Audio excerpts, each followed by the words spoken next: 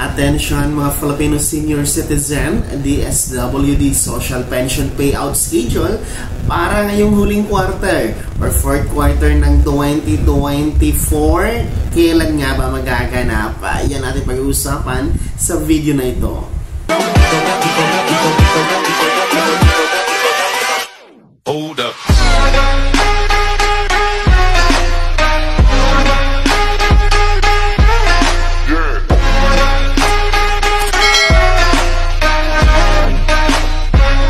Hello mga ka-vlogs! Welcome dito sa aking YouTube channel. Magandang araw po sa lahat ng mga manonood. Saan po kayong dako sa mundo? Kumusta kayo mga ka-vlogs? Pag-uusapan natin ngayon itong ating mga DSWD social pensioners, kung saan kailan nga ba ang payout para itong huling quarter ng 2024 for their 3,000 pesos na social pension mga ka-vlogs. Kailan ang schedule?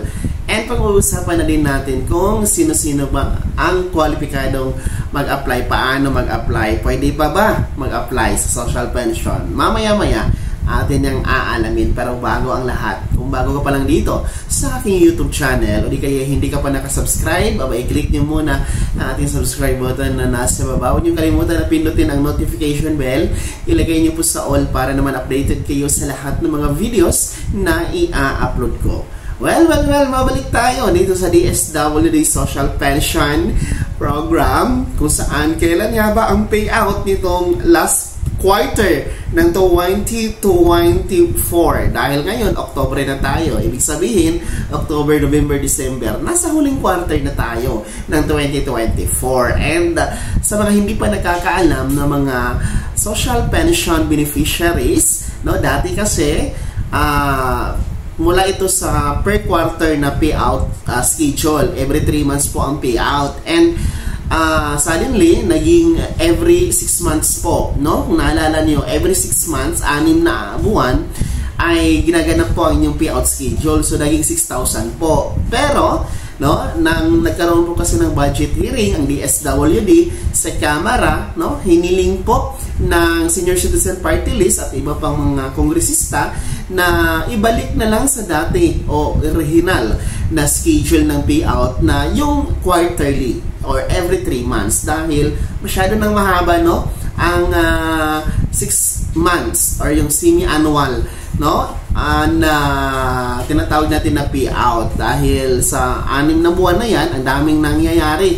Meron ngang iba na pumapanaw na. So, kawawa din po, hindi makakapag-payout. Kaya naman po, no, ang DSWD Secretary Rex Gatchalian ay sinasabi niyang automatically ibabalik sa dati original na schedule, which is the quarterly or every 3 months mga ka-vlogs. And since October tayo ngayon, tapos na noong September 30 ang pamamahagi ng payout para sa third quarter. Katunayan, no, in Pasig City ay nagsimula ito noong September 16 hanggang 30. So, and sa mga other LGUs, alam ko nagsimula din po sila, hindi lang po pare-pareho yung pitcha noong Setyembre, no, ang kanilang third quarter payout for social pension. And ngayon nga, marami ang nagtatanong kailan ba ang huling payout ngayong 2024, which is the fourth quarter. So since sinabi ko na nga kanina na in Pasig City, in other LGUs ay naganap po ang payout for third quarter nakaraang buwan, no, noong Setyembre. So we expect for this fourth quarter ay mangyayari po ito ngayong Disyembre, no, earlier ng Disyembre. So probably nasa first week pa lang nito, no, sigurado naman ako na hindi na ito aabot sa fourth week ng Disyembre dahil, di ba, iwas na din po sa haba ng tawag dito holiday, and then some of our government agencies ay maaga ang bakasyon gaya ng DSWD. Kaya possible talaga, probably is first week ng Disyembre, aasahan po natin ang payout schedule for fourth quarter ng 2024, ha?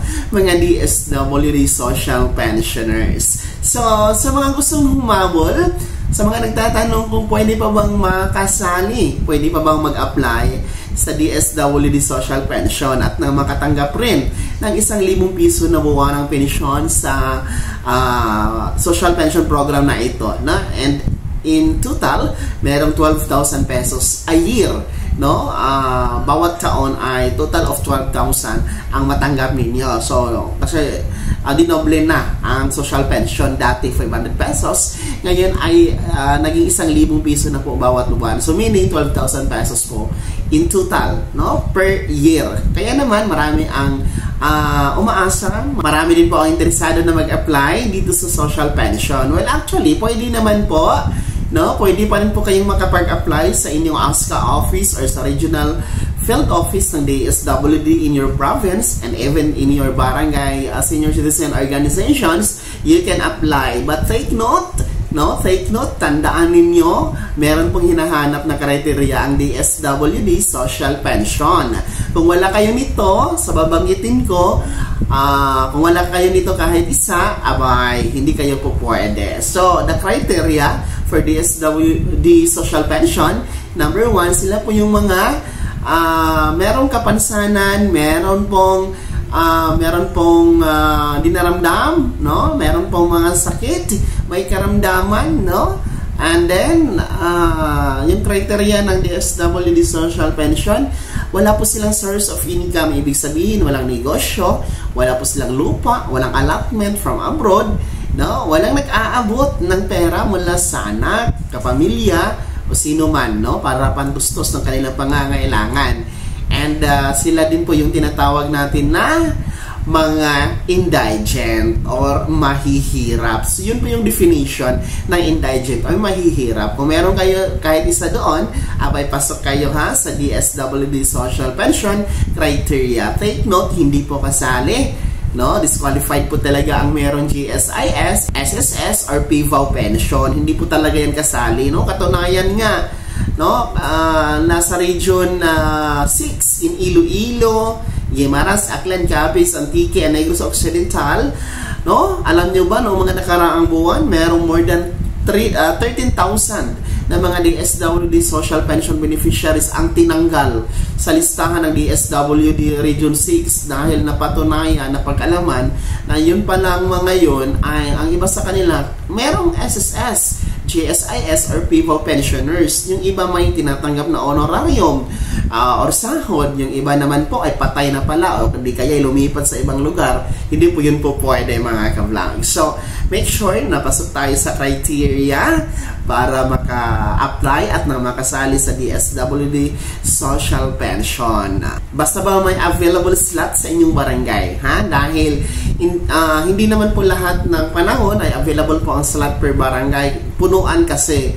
So, malungkot man na isipin, pero ang DSWD social pension, no, kung puno ang slot, walang magagawa yung nasa linya ng application, kundi mag-antay kung sino po ang papanaw na senior citizen at nang mapalitan, no? So, yun po yun kasi. So, alamin nyo muna sa inyong senior citizen organization sa inyong barangay kung may slot pa ba o wala na. Kung wala na, pwede pa rin kayo makapag-apply, no? Nasa waiting list lamang kayo. So, sumugod na sa OSCA office, pwede kayo pumunta doon at mag-apply. And pwede din po sa DSWD regional office sa inyong province. Dahil meron po yung gagawin na evaluation, no? Kung talagang kayo ay pasok sa social pension, mga Filipino senior citizen. Kaya naman, uulitin ko ha sa mga nagtatanong. Una, kung kailan nga ang payout schedule for 2024 last quarter or fourth quarter ng inyong social pension. Possible, probably talaga nasa first week ng Disyembre yan, mga ka-vlogs, dahil kakatapos lang ng payout schedule ng third quarter. The last month lang po yan, Setyembre. Pangalawa, ulitin ko sa mga nagtatanong kung pwede pa ba mag-apply dito sa DSWD social pension. Yes, pwede, no?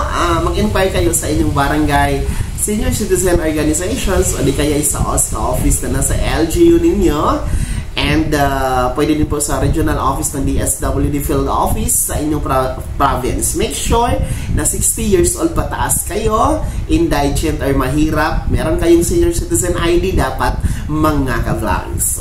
Shoutout po sa lahat ng mga Filipino senior citizen na kabilang sa social pension. Kumusta kayo, ha, mga ka-vlogs?